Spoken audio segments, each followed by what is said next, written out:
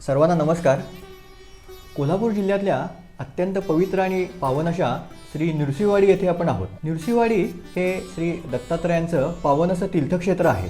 पुण्यभूमी नृसिंहवाडी हा ग्रंथ ज्यांनी लिहिला त्या डॉक्टर सौ मृणालिनी बाळकृष्ण जमदग्नीताई आज आपल्याबरोबर आहेत. तर आपण ताईंकडनं दत्तजयंतीच्या निमित्तानं ह्या इथलं स्थान महात्म्य काय आहे, दत्तजयंतीचा इतिहास काय आहे, किंवा या परिसराचं महत्त्व काय आहे की इथे भाविकांची ओढ असते, किंवा इथलं असं काय वैशिष्ट्य आहे, इथल्या भाविकांना अशा काय अनुभूती येतात हे जाणून घेऊ. वाडी म्हटलं की आपल्या ह्या अवघ्या परिसरात म्हटल्यापेक्षा महाराष्ट्रामध्ये सुद्धा चहूकडून सगळीकडनं लोक येतात आणि तो उत्सव नरसिंह सरस्वती महाराजांचा असतो तो.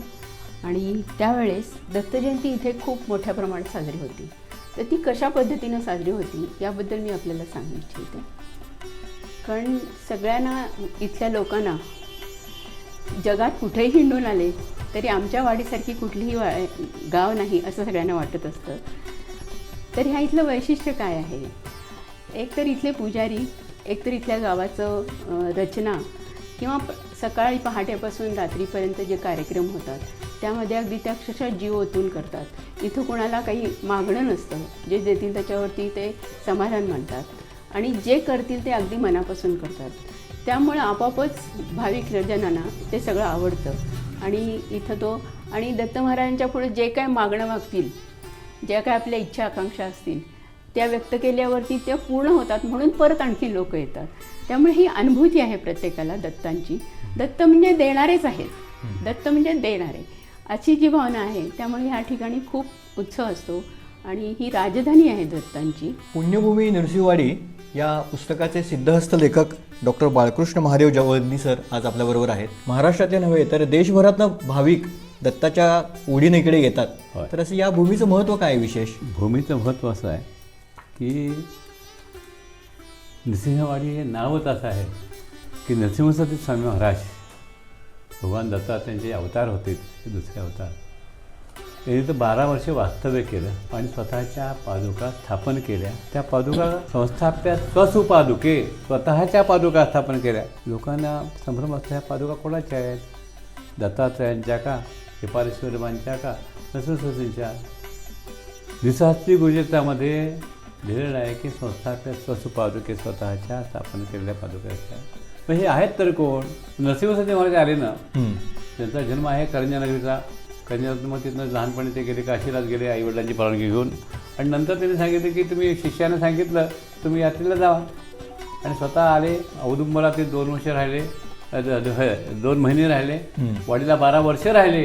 1422 ते 1434 तीन शुद्ध प्रतिपदा 1422 पासून ते औदुंबरमेपर्यंत इथं राहिले इथं ते. आणि मग नंतर गाणगापूरला गेले. प्रत्येक ठिकाणी त्याची कृपालीला वेगळ्या वेळा आहे.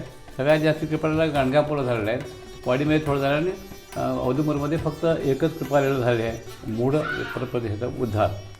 म्हणजे नृसिंहवाडीच्या ज्या पादुका आहेत त्या नृसिंह सरस्वतींच्या स्वतःच्या पादुका आहेत, स्वतः स्थापन केलेल्या आहेत. स्वतः स्थापन केलेल्या. संस्थाप्य सुपादुके, स्वतः स्थापन केल्या त्या सुपादुका आहेत.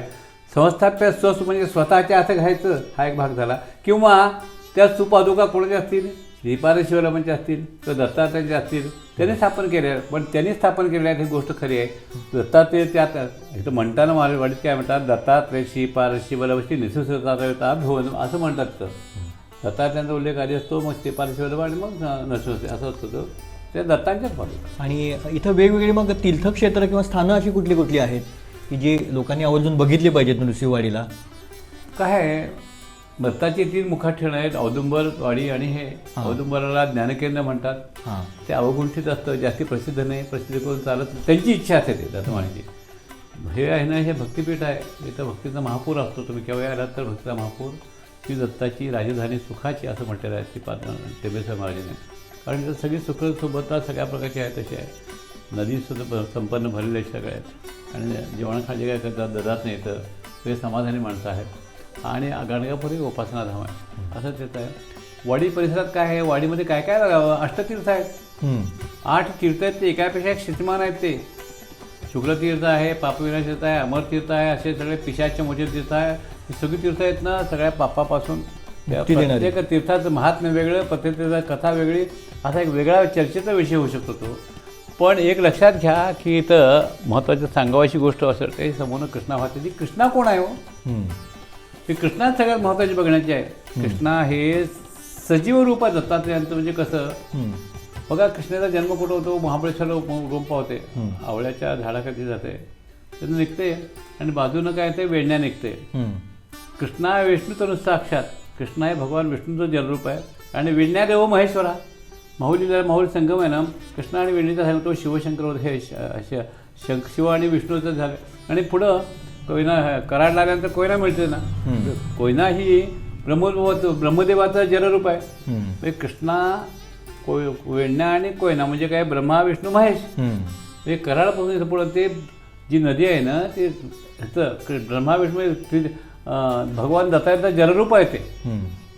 आणि इथं कुठं आहे त्याचं नाभिस्थान हे नाभिस्थान म्हणण्यापेक्षा तिथं शिरस्थान ते वायूला आहे हम्म.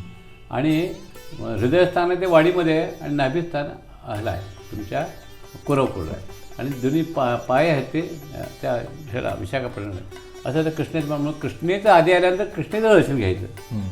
तिथं हातपाय धुवायचे. त्याचं महात्म्य असं आहे की त्याच्या दर्शनानं अनेक जन्माची पापं जातात. हम्म. स्नानानंतर पुष्कळ कल्याण होत असतं. काही एखाद्या जमत नाही दामनं दर्शन घ्या तिच्या लहरीवरून आलेला वारा जरी आपल्याला अंगाला लागला ना तर अनेक जन्माची पापं नष्ट होतात असं त्या कृष्णा वेणी आपण म्हणताना पण कृष्णा वेणी म्हणतो. कृष्णा वेण्या आणि कोयना त्या तिने म्हणजे ब्रह्मा विष्णू महेश आहे हे जलरूप आहे भगवान दत्तात्रेयांचं.